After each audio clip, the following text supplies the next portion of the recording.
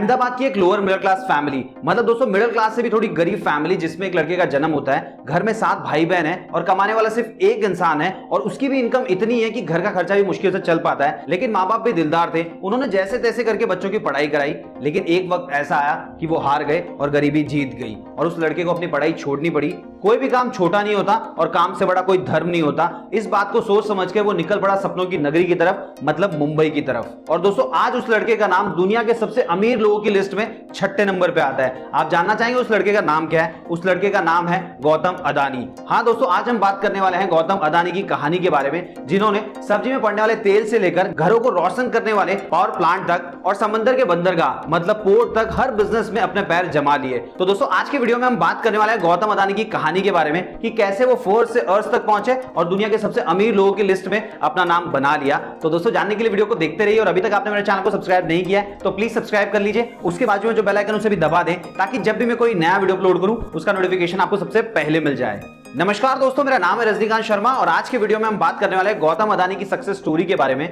देखिए दोस्तों, ये बात है 1962 की। गौतम अदानी का जन्म हुआ एक लोअर मिडिल क्लास फैमिली में, जहां पे उनके पिता का नाम था शांतिलाल और उनकी माताजी का नाम था शांताबेन। उनके घर में टोटल 7 भाई बहन थे। घर का खर्च चलाने के लिए और पैसे कमाने के लिए वो गुजरात के थरस शहर में आ गए। उनके पिताजी का कपड़े का बिजनेस था। उनके बिजनेस में ज्यादा कमाई तो नहीं थी, लेकिन इतनी कमाई हो जाती थी कि घर का खर्चा आसानी से चल जाता था। उनके पिताजी चाहते थे कि उनका जो कारोबार है उनके बेटे संभाले, जैसे नॉर्मल मिडिल क्लास फैमिली के जो पिताजी होते हैं वो चाहते हैं, ठीक वो भी उसी तरीके से चाहते थे। इसीलिए उन्होंने गौतम अदानी का और बाकी के बच्चों का एडमिशन पास ही के स्कूल में करा दिया। उस स्कूल का नाम था सेठ सीएन विद्यालय। स्कूलिंग कंप्लीट हो जाने के बाद में उन्होंने गुजरात यूनिवर्सिटी के बीकॉम में एडमिशन ले लिया, लेकिन घर की हालत उतनी अच्छी नहीं थी जिसकी वजह से उनको अपनी पढ़ाई सेकंड ईयर में ही छोड़नी पड़ी। उसके बाद में उन्होंने नौकरी करने का डिसीजन लिया। उसके बाद में दोस्तों उन्होंने 1978 में गुजरात छोड़कर सपनों की नगरी मुंबई जाने का रुख किया। उस वक्त उनकी उम्र महज 16 साल थी और दोस्तों मुंबई भी एक ऐसा शहर है जहां पे आसानी से नौकरी नहीं मिलती, तो उनको भी थोड़े दिन यहां वहां भटकना पड़ा और उसके बाद में उनकी नौकरी लग गई एक डायमंड फर्म में, जिसमें वो डायमंड सॉर्टर का काम किया करते थे और उस कंपनी का नाम था महिंद्रा ब्रदर्स। अब दोस्तों गौतम अदानी वहां पे जॉब कर रहे थे, लेकिन वो अपने काम से सेटिस्फाइड नहीं थे क्योंकि वो कुछ बड़ा करना चाहते थे, अपना नाम बनाना चाहते थे।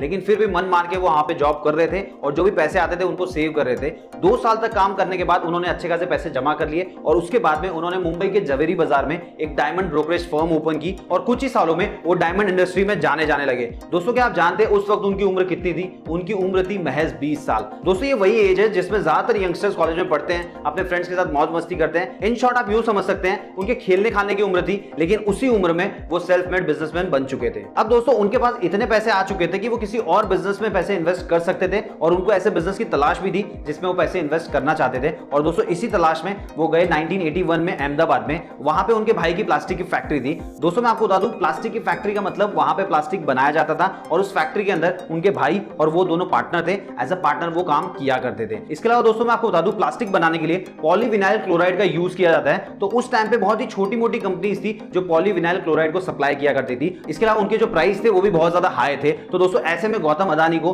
बाहर के देशों से मंगाना पड़ता था। अब दोस्तों ये जो प्रॉब्लम थी सिर्फ गौतम अदानी की नहीं थी, बाकी जो दूसरे प्लास्टिक मैन्युफैक्चरर थे सबकी यही प्रॉब्लम थी। तो दोस्तों इसी प्रॉब्लम में उनको नजर आई एक जबरदस्त बिजनेस अपॉर्चुनिटी और 1988 में उन्होंने अदानी एक्सपोर्ट्स नाम की एक कंपनी खोली और उसके बाद में बड़ी मात्रा में पॉलीविनाइल क्लोराइड को बाहर के देशों से इंपोर्ट करना शुरू किया। और उसके बाद में जो लोग भी यहाँ पे छोटे मोटे लेवल पे या बड़े बड़े लेवल पे प्लास्टिक मैन्युफैक्चर किया करते थे उनको सप्लाई करना शुरू किया। और दोस्तों देखते ही देखते कुछ टाइम में ऐसा हुआ, इंडिया में जितनी भी कंपनीज प्लास्टिक बनाती थी वो सारी की सारी इनसे ही खरीदने लग गई। उसके बाद में दोस्तों इन्होंने थोड़ा सा पैसा खर्चा किया और उसके बाद में अडानी एक्सपोर्ट्स का नाम चेंज करके रख दिया अडानी एंटरप्राइजेस। और दोस्तों उसके बाद में उन्होंने पॉलीविनाइल क्लोराइड के अलावा और भी दूसरी चीजों का इंपोर्ट एक्सपोर्ट करना शुरू किया और देखते ही देखते उनका ये जो बिजनेस था बहुत तेजी से ग्रो करने लगा। दोस्तों देखते ही देखते 1993 आ गया और गुजरात की गवर्नमेंट ने लिबरलाइजेशन लॉ पास किया था और वहां की गवर्नमेंट को ऐसी कंपनीज की तलाश थी जो पोर्ट को डेवलप कर सके। और ये बात गौतम अदानी को पता चली और इस अपॉर्चुनिटी का फायदा वो उठाना चाहते थे, इस अपॉर्चुनिटी को मिस नहीं करना चाहते थे। इसीलिए उन्होंने सबसे ज्यादा बोली लगाई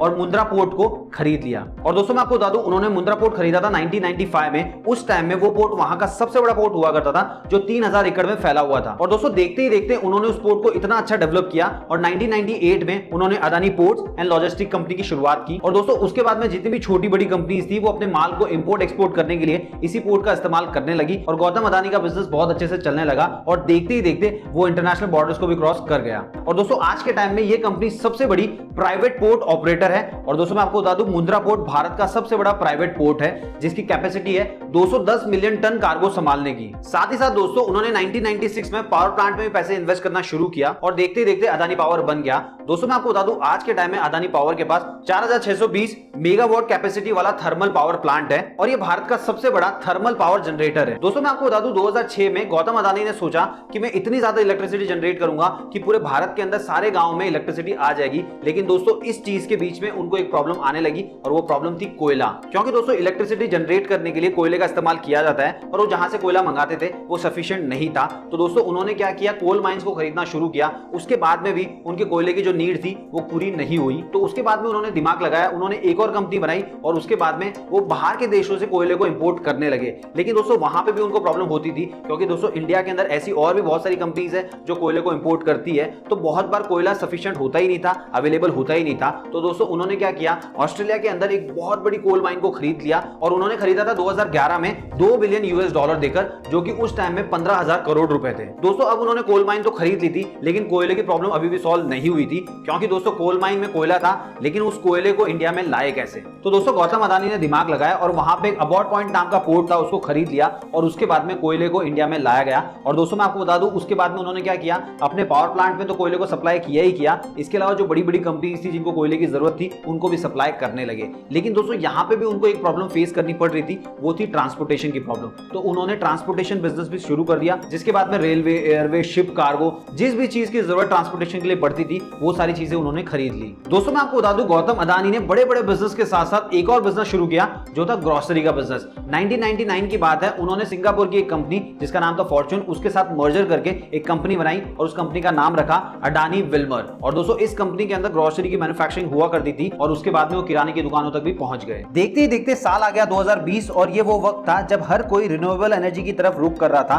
तो ऐसे में भला अडानी कैसे पीछे रह सकते थे। अडानी ग्रीन एनर्जी लिमिटेड की स्थापना कर दी और इस कंपनी के जरिए उन्होंने विंड मिल, सोलर एनर्जी और थर्मल एनर्जी पे काम करना शुरू कर दिया, जिसके जरिए अडानी ग्रुप काफी ज्यादा मात्रा में एनर्जी जनरेट करता है। और फ्यूचर में Adani group 8000 megawatt photovoltaic power plant project भी खरीदने वाला है। इसके अलावा भी अडानी के और भी कई सारे प्रोजेक्ट इंडिया में चल रहे हैं, जिनकी वजह से 2021 के आंकड़ों को अगर देखा जाए तो अडानी $100 बिलियन की कंपनी बन चुकी है। दोस्तों मैं आपको बता दूं अडानी की जितनी कंपनीज मैंने आपको बताई है, Adani power, Adani green energy, Adani export, इन सब में से ज्यादातर कंपनी स्टॉक मार्केट में लिस्टेड है, जिससे गौतम अदानी को और भी ज्यादा प्रॉफिट हो रहा है। तो दोस्तों अपनी इन्हीं स्ट्रेटजीज की वजह से गौतम अदानी दुनिया के सबसे अमीर आदमियों में से 6ठे नंबर पे आते हैं। सो दोस्तों ये था गौतम अदानी का चौल से लेकर बिजनेस टाइकून बनने का सफर। आई होप आपको वीडियो पसंद आया होगा। दोस्तों आपने गौतम अदानी की स्टोरी से क्या चीज सीखी वो मुझे कमेंट बॉक्स में लिख के बताइएगा। इसके अलावा लोगों को क्या चीज सीखनी चाहिए ये भी कमेंट बॉक्स में लिख के बताइएगा। और अगर आपको वीडियो पसंद आए तो वीडियो को लाइक कीजिए। आपके मन में कोई भी डाउट हो तो प्लीज कमेंट बॉक्स में लिख के पूछिए, मैं उसको जवाब जरूर दूंगा। और दोस्तों अगर आप ये वीडियो फेसबुक पे देख रहे हैं तो दबा के शेयर कीजिए, और अगर आप यूट्यूब पे देख रहे हैं तो चैनल को सब्सक्राइब कर लीजिए।